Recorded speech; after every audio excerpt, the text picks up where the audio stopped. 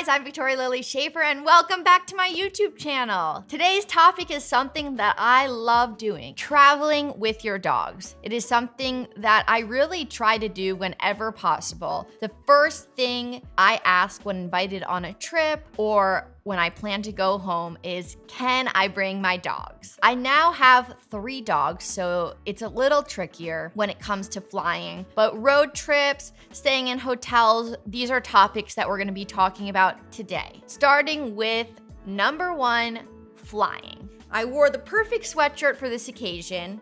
On one side, it says Cali, and on the other side, it says York. And I got it from my friend Gabby, shout out Gabby. And this is when I was pretty much bi-coastal, traveling between LA and New York almost every other month. I was editing a Facebook series at the time, and the editor was in LA, but I was living in New York. And I couldn't imagine going to LA for a month, 2 months without my dogs. So my dogs, Echo and Rue, Alfie wasn't alive then, traveled with me at least a dozen times on the plane. A couple things I picked up. Number 1 is I spoke to my vet and I asked them for any sort of sedative, anti-nausea, anxiety medication that I could have on hand in case we needed it. We only ended up using it a couple times because Echo did get a little queasy from the pressure, but it was still a huge safety net to have on hand. The other thing is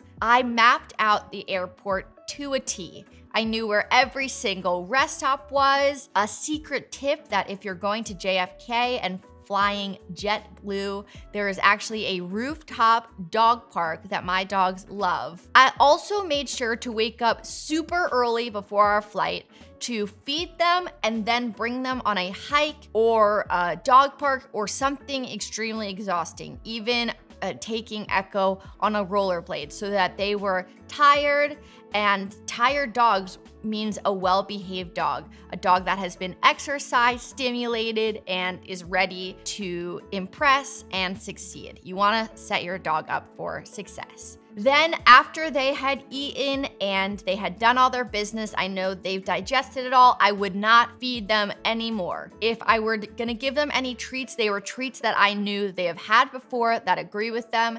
Any bones or bully sticks, the same thing. I would bring their favorite toy or stuffed animal, their favorite bone, just to make them feel as comfortable as possible because flying is a really strange thing to a dog. The other thing that is extremely important when traveling, when flying, really in any aspect of your life is to keep your cool, stay calm, stay relaxed because your dog can sense your energy. And if you're nervous about flying with your dog will pick up on those nerves and also be nervous. Another thing that I have learned when flying with my dogs is that this is your right.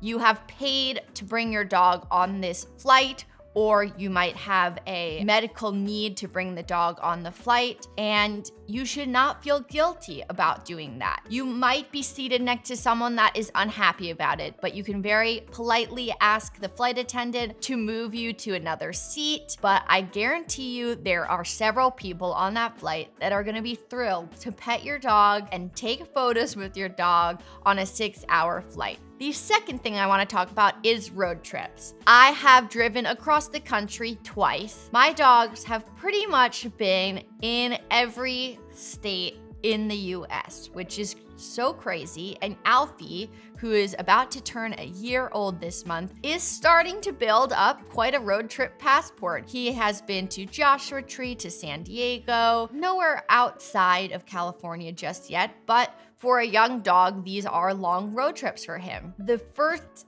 thing that I do when preparing for a road trip is think about the space that I have in the car and I pack around that space. So for me, I have a Jeep, I put all the seats down, I make it super comfortable. Each of my dogs have a bed, there's like a blanket over it. I usually put something waterproof just in case of vomit because Alfie gets a little carsick in his young age. And I make sure to map out the route. I would say maybe 2 to 3 hours, prepare to stop. And it's even better if you find some place to stop where your dogs can actually go on a walk or stop at a dog park or even go on a hike. Don't just stop on the side of the highway. Really map out your route and make sure that there is ample time for your dog to get some exercise, to go to the bathroom, to drink some water, even eat a meal if necessary. Plan it out. Traveling with a dog is very much like traveling with a child, and you need to prepare. The third thing I want to talk about is staying at a hotel with your dog. This is something that I do a lot. Now, Airbnbs are much more popular, but there are typically pet fees and cleaning fees. There are a bunch of super dog-friendly hotels that I really enjoy staying at. One of them being La Quinta. So La Quinta, if you are watching this, we should work together. People laugh at me, but I love La Quinta. The beds are comfortable. My dogs know it. So if we are traveling across the country, pretty much every La Quinta room looks the same. It's a similar layout, so we know exactly what to expect. When we go in to the hotel room, I make sure to bring a baby gate or a crate. That is because one of the biggest issues with leaving your dog at a hotel is having the cleaning service come in and accidentally let your dog out. Make sure that you, one, leave a do not disturb sign on your door, leave your dog in a crate, or put a baby gate in front of the main door so that when someone opens your door, your dogs don't go rushing out. It's also good to speak to the front desk and let them know you have a dog in the room and you are going out to dinner. Just be very transparent. The other thing is when you get to a hotel, make sure to completely clear the room of anything that could be dangerous to your dog or could cause you to have expenses. Just be mindful that this is not your home. This is not a space that your dog is used to. And even if they're not one to chew up things or have accidents, anything is possible when you're bringing a dog or a puppy especially into a new space. Those are some of the tips I have for traveling. There are tons more in my book, Pup Culture Tips, Tricks, and the Importance of Adopting a Dog, coming out at the end of October. I hope you guys will pre-order it on Amazon. It's actually #1 in travel with pets. And I'll see you guys next week. I'm Victoria Lily Schaefer. Have a good day. Enjoy your dogs. Bye. Bye, guys.